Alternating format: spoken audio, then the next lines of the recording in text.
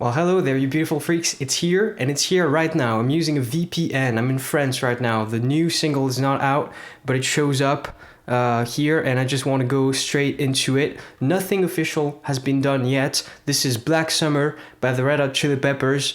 Literally within, we are within the first couple thousand of people to see it here, so let's go into it.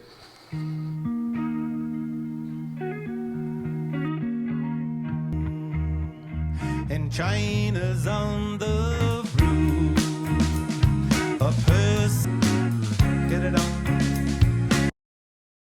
Okay, we're pausing right there because there's a lot to unpack. So first thing that really hit me is Anthony's voice. It sounds deeper than what we've experienced in the last few years. Last release was about 6 years ago. We're going back to this style of heavily auto-tuned vocals that were really characteristic around the time of Californication. By the way, Stadium Arcadium. After that, I'm not very familiar with I'm With You, but I think they kind of let Anthony's normal voice characteristics shine through on an album like The Getaway with Danger Mouse doing the production. Maybe this is a Rick Rubin related choice. Pretty atmospheric intro and pretty strange way for the drums here to come in with Chad Smith with Anthony's little invocations, like he's summoning the drums, like hit it now and stuff.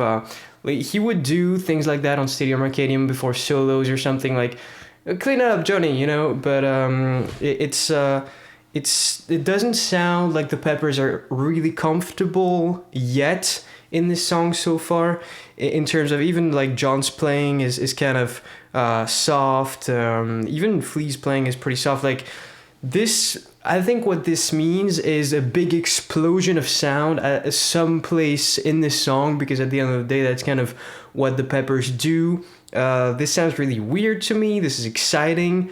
A little underwhelming so far, to be completely honest. I'm a little thrown off by the big autotune, but that's just me, it's a personal preference thing, where it's like, well, this kind of sound around 1999 during Californication, it's just because they had the technology and that's just the way it sounded. But in 2022, when you have that kind of sound, it's like a choice. It's kind of just weird to have the same choice as back then. I would prefer hearing like pitch correction that's more like Melodyne style, where you don't really notice it. I don't even know if there's much pitch correction on The Getaway, by the way, and I really like that sound. But anyway, back to the song. My great with a tongue. It's been a long time since I made a blatant on another black. Okay, this is cutting it off at a peak moment, it seems, but it doesn't matter. I forgot to mention the Hendrixy style things that Frusciante was doing before that whole section. I thought it was pretty cute, the hammer-ons and stuff like that. Really, it's his style, but it's here a bit more prominent actually than in most of the work of the Red Hot Chili Peppers. Frusciante really has his own style, and on albums like Blood Sugar Sex Magic. I'm saying a lot of keywords, aren't I? Am I not? Jesus. It's more like, well, I'm gonna be Frusciante. I'm gonna do my thing, do my style, and then I'm gonna have a Hendrix cover in the bonus tracks of the album. But here it's more of a mix of the two, it seems.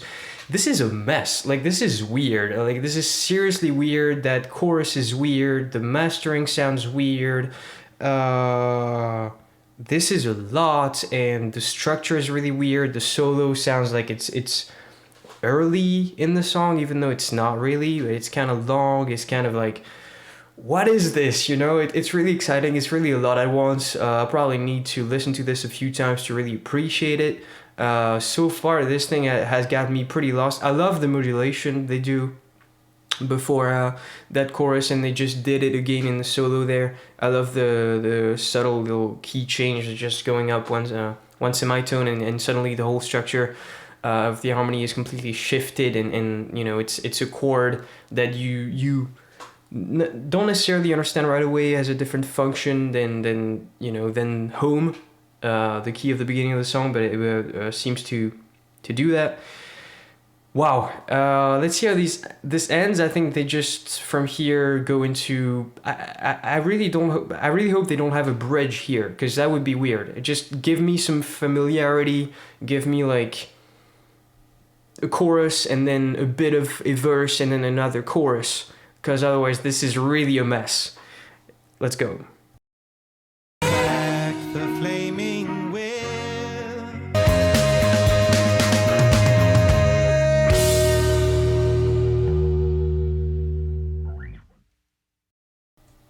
Okay, so I love the Red Hot Chili Peppers. They're one of my favorite bands, but this might be one of my least favorite singles they ever put out so far. I need to hear it again, obviously. But this is really strange. This is really weird. The structure is weird. There's a bunch of harmonic things that are pretty weird, playing this minor/major thing. You know, in the intro, John plays in a pretty shy way, and when you're being shy, you don't want to be ambiguous. And he's being shy and ambiguous, playing minor and major thirds, and you don't even know if it's on purpose. Sounds like somewhat sloppy. I mean, it's kind of, it is very strange, because I am legit like excited for the album, and I was excited for this single. I made a teaser video. And I'm just jumping on this right now. I turned on the computer, I saw that it was out, I launched the video basically. I'm a fan, but I want to be truthful and honest in my videos, and I understand there's a lot of hype around those things. You know, 16 years with no Frusciante, first Frusciante solo in 16 years, like, very hype for everyone, for me, for the Red Hot community, whatever. I know a lot of people have subscribed to my channel because of Red Hot Chili Peppers related things. But I gotta be honest, you know, I can't just like try to leech off of that hype and be like, oh, this is the best thing ever. I gotta tell you guys how I really feel about things. Otherwise, you know, I'm just any dude making reaction videos for views and money. Not that I'm not, but you know, I try to be honest when I can. So this is really weird. I guess I like the solo, but it's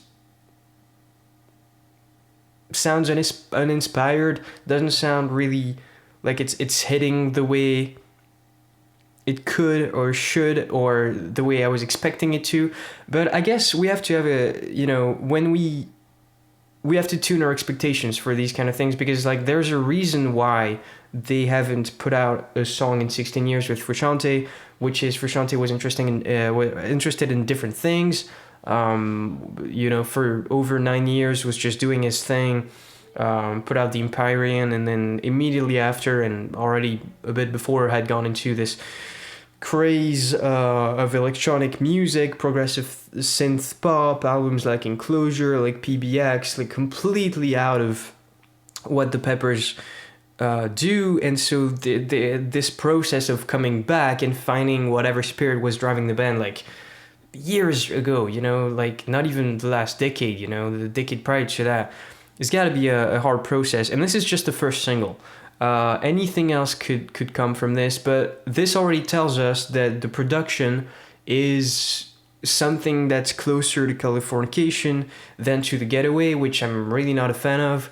But you know, at the end of the day, I guess that's 21st century, 21st century Peppers. That's just their sound with Frusciante. So that's that. I don't like Anthony's voice on it. I don't like the production on his voice. When I talk about the mastering, you know, I really don't have the best ears to do that stuff, and most of my speakers aren't that great. And there was literally like, I'm so rushed that there was literally underwear on one of my speakers, and I'm listening on YouTube and all that.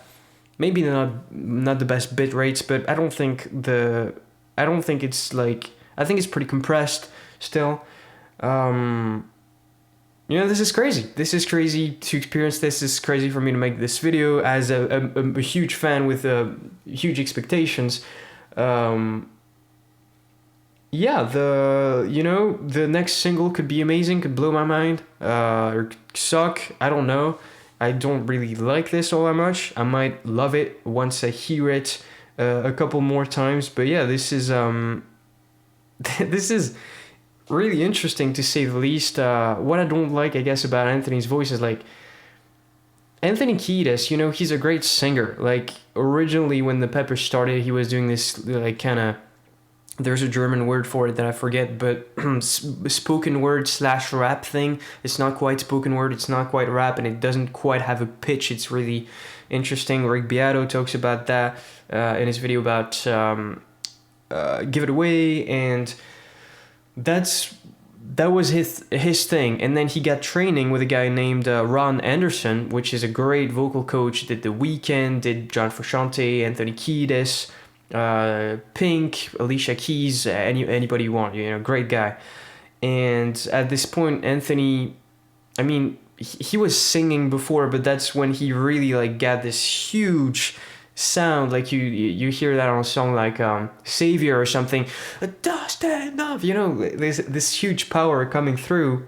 And here, you know, it's the natural process of aging, and he's like 60. But as you age, your voice kind of thins out, and if you throw like autotune, really aggressive autotune on top of that, it distorts the sound. It makes it really sound quite thin. I don't like the sound of the chorus. I don't like the sound of his voice in the chorus. I don't like the sound of his voice in the verse. This is pretty erratic. It is what it is. I'm going to end the video now. Thank you so much for watching. I'm not going to edit this. I'm going to post it right now so I get as much exposure as possible.